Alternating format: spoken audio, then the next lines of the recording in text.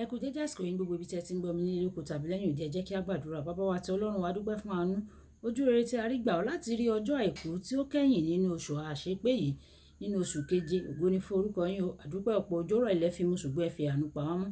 Ògo ni fún orúkọ yín. Rọ́nà tí ọ̀gbọ́n lè ní kó ṣe ayé àti ọkàn wa ní rere, kó má ṣe lòdì sí wa ní ọjọ́ ìdájọ́. Agbára láti jẹ́ olùgbọ́ àti olùṣọ́ ọ̀rọ̀ náà kí ẹ̀yin Olúwa kó yọ̀ǹda fún wa. Kí ẹ sì bá ìfẹ́kùfẹ́ wí nínú ayé wa ní orúkọ Jésù. Nítorí tí a gbàdúrà lórúkọ Jésù Olúwa wa. Àmín, àmín orúkọ Jésù.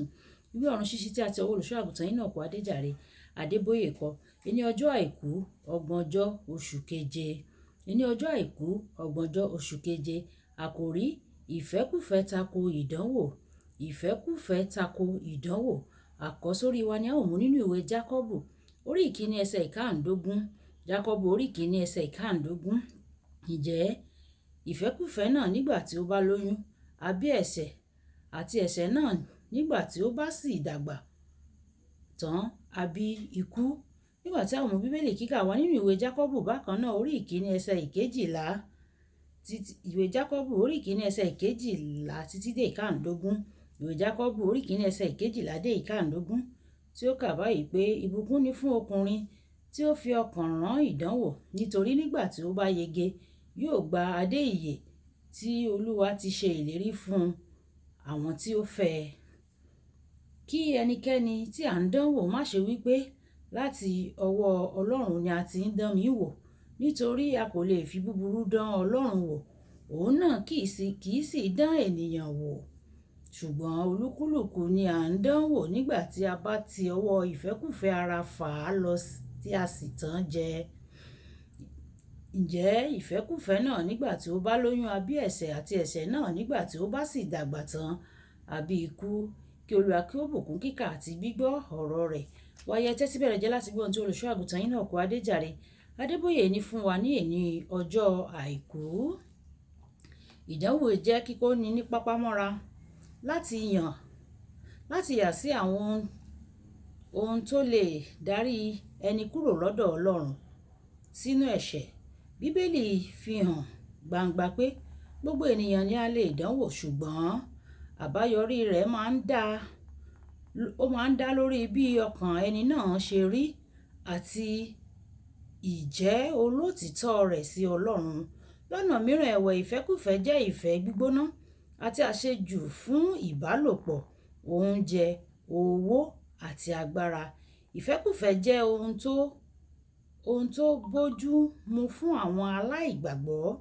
Ìwé Pétérù kejì orí ìkejì ẹsẹ̀ ìkẹrìnlá títí dé ẹsẹ̀ ìkejìdínlógún.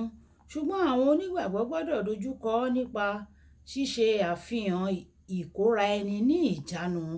Ìwé Gàlátíà orí ìkarùn-ún ẹsẹ̀ ìkẹrìndínlógún títí dé ẹsẹ̀ ìkọkànléníogún.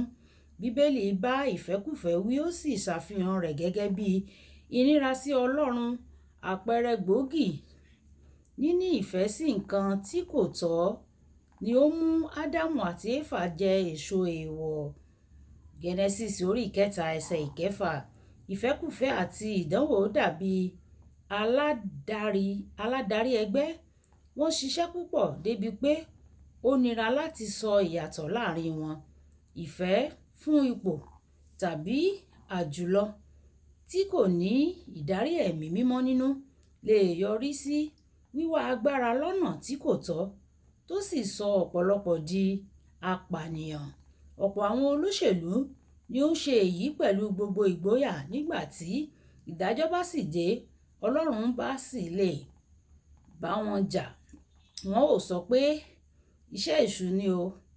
Lákọ̀ọ́kọ́, Dáfídì kàn fẹ́ láti ní ìtọ́wò Báṣébà aya Ùráyà ni, ṣùgbọ́n ó parí pẹ̀lú pípa ọkọ rẹ̀, èyí tí ó sì mú ègún bá ìran Dáfídì látòkè wá. Olùfẹ́, kí ni òun ṣe ìfẹ́kùfẹ́ fún? Yípadà lónìí, nítorí ìgbẹ̀yìn kíkorò ni yóò ní o. Ẹ̀ṣẹ̀ àti ikú. Ìwé Jákọ́bù orí ìkíní ẹsẹ̀ ìkẹtàlá dé ìkáàndógún. Ó sọ pé kí ẹnikẹ́ni tí a bá ń dánwò má ṣe wípé láti ọwọ́ Ọlọ́run ni a ti ń dán òun wò, nítorí a kò lè fi búburú dán Ọlọ́run wò. Òun náà kì í sì dán ènìyàn wò, ṣùgbọ́n olúkúlùkù ni à ń dán wò nígbà tí a bá fi ọwọ́ ìfẹ́kùfẹ́ ara fà á lọ sí títan án jẹ. Ǹjẹ́ ìfẹ́kùfẹ́ náà nígbà tí ó bá lóyún, àbí ẹ̀ṣẹ̀ náà nígbà tí ó bá sì dàgbà tán, àbí ikú? Ibi Bíbélì òkè yìí ṣe àfihàn àwọn òtítọ́ tó ṣe pàtàkì nípa ìfẹ́kùfẹ́ àti ìdánwò. Ọlọ́run kò lò wá nídìí ìdánwò fún ènìyàn. Ìdánwò máa ń bẹ̀rẹ̀ nínú ènìyàn nígbà tí a bá ti ọwọ́ bọ ìfẹ́kùfẹ́ ara, tí a fà á lọ tí ó sì tàn wá jẹ. Lẹ́yìn náà ìfẹ́kùfẹ́ yóò bí ẹ̀ṣẹ̀ tí yóò padà já sí ikú. Mo gbàdúrà fún ọ lónìí, o kò ní di iṣẹ́ àṣepatì tàbí kí o kú láìpé ọjọ́ ní orúkọ Jésù. Àmín. Kókó àdúrà: Baba, jọ̀wọ́ gbà mí lọ́wọ́ agbára ìfẹ́kùfẹ́ àti ìdánwò ní orúkọ Jésù. Baba, jọ̀wọ́ gbà mí lọ́wọ́ agbára ìfẹ́kùfẹ́ àti ìdánwò ní orúkọ Jésù. Olúwa yóò gbà wá ní ọwọ́ agbára ìfẹ́kùfẹ́ àti ìdánwò. Kì í dùn kó pọ̀ sókè lọ́bẹ̀ oge olóògbàláyà kó ní ó ka ọ̀run sí tè nígbà tí a pàdé ní ọ̀la. A kú iṣẹ́ ìsìn ni ó dàbọ̀.